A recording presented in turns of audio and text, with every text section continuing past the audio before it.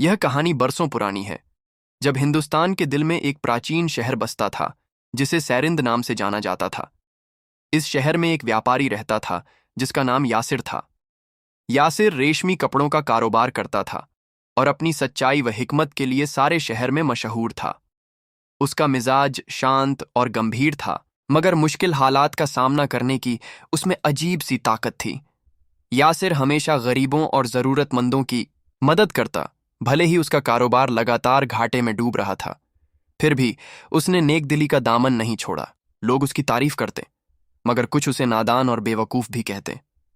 एक दिन जब यासिर बाजार से अपने घर की ओर लौट रहा था, उसकी नजर सड़क के किनारे बैठे एक बूढ़े दरवेश पर पड़ी।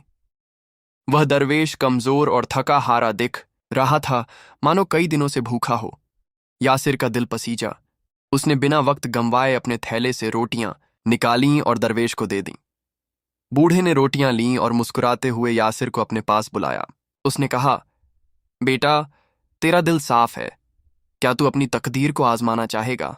यासिर ने हैरत से उसकी ओर देखा और बोला, बाबा, आपका क्या मतलब है? दरवेश ने गहरी नजरों से उसे देखा और कहा, मैं एक कमजोर और बूढ़ा इंसान हूं, मगर मेरे सीने में ऐसे राज छिपे हैं जो हर किसी पर नहीं खुलते। फिर उसने अपनी चादर से एक पुराना फटा हुआ कागज निकाला और बोला, यह एक रहस्यमय खजाने का नक्शा है, मगर इसे पाना कोई आसान बात नहीं। तुझे 3 कठिन इम्तिहानों से गुजरना होगा। अगर तू कामयाब हुआ तो खजाना तेरा, और अगर नाकाम रहा तो न सिर्फ तेरा माल जाया होगा, बल्कि शायद तू इस रास्ते से कभी वापस न लौट सके। यासिर कुछ देर खामोश रहा। उसने नक्शा लिया और उसे गौर से देखा। नक्शा एक घने डरावने जंगल के बीच किसी अनजान जगह की ओर इशारा कर रहा था। उसका दिल धक धक कर रहा था, मगर उसने हिम्मत जुटाई और बोला, बाबा, मैं इसे आजमाना चाहता हूं। दरवेश ने सिर हिलाया और कहा, याद रख, तेरा सबसे बड़ा इम्तिहान तेरा अखलाक होगा। अगर तू लालच, झूठ और स्वार्थ से बच गया तो खजाना तेरा है। ये कहकर दरवेश ने नक्शा यासिर को सौंपा और उसे विदा किया। यासिर घर लौटा। सारी रात वह नक्शे के बारे में सोचता रहा। उसके दिल में ख्याल आया कि कहीं उसके अंदर लालच तो नहीं। वह जानता था कि धन दौलत की हवस इंसान को बर्बादी के रास्ते पर ले जाती है। अगली सुबह वह नक्शे के मुताबिक जंगल की ओर चल पड़ा। रास्ता तंग, अंधेरा और खतरनाक था। घने जंगल में जानवरों की डरावनी आवाजें गूंज रही थीं। कई बार वह रास्ता भटकने के करीब पहुंचा, मगर अपनी अक्ल और नक्शे की मदद से सही दिशा में बढ़ता रहा। रास्ते में उसकी मुलाकात एक बूढ़े साधु से हुई, जो उसी जंगल के रास्ते पर जा रहा था। साधु ने पूछा, बेटा, तू इस खतरनाक रास्ते पर कहाँ जा रहा है? फिर उसने लालच भरी बातें शुरू कीं। इस सफर की क्या जरूरत? मेरे साथ चल, हम मिलकर कारोबार करेंगे और धनवान बनेंगे। यासिर का दिल पल भर को डोला, मगर उसने दरवेश की बात याद की। उसने सोचा, असली खजाना मेहनत और सब्र से मिलता है। उसने साधु की बात ठुकराई और आगे बढ़ गया। कुछ घंटों बाद उसे एक सुनहरी रोशनी दिखाई दी। करीब पहुंचने पर उसने देखा कि एक चमचमाता संदूक सामने रखा है।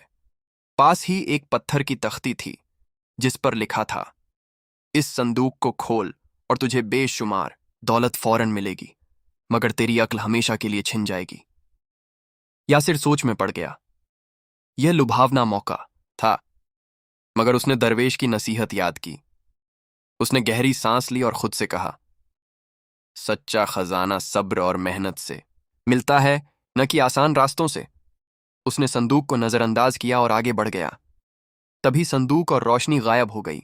यासिर समझ गया कि यह उसकी लालच की पहली आजमाइश थी, जिसमें वह कामयाब रहा। आगे बढ़ते हुए उसे एक रहस्यमय गुफा दिखी। अंदर जाने पर एक बूढ़ा साधु लकड़ी के तख्ते पर बैठा मिला, जिसकी आंखों में गहरी हिकमत थी। उसने पूछा, ए व्यापारी, क्या तूने कभी झूठ बोला? यासिर ठिठक गया। उसने कारोबार में कई बार सच्चाई का दामन थामा था, मगर कुछ मौकों पर छोटे मोटे झूठ भी बोले थे। मगर वह जानता था कि यह उसकी ईमानदारी का इम्तिहान है। उसने सिर झुकाया और बोला, हां, मैंने कभी कभी झूठ बोला, मगर मैंने अपनी गलतियों को सुधारने की कोशिश की। अब मैं सच्चाई के रास्ते पर हूं। साधु की आंखों में चमक उभरी। उसने कहा, सच को कबूलने की हिम्मत कम लोगों में होती है। तूने दूसरी आजमाइश पार कर ली। गुफा का दरवाजा खुला और यासिर आगे बढ़ गया।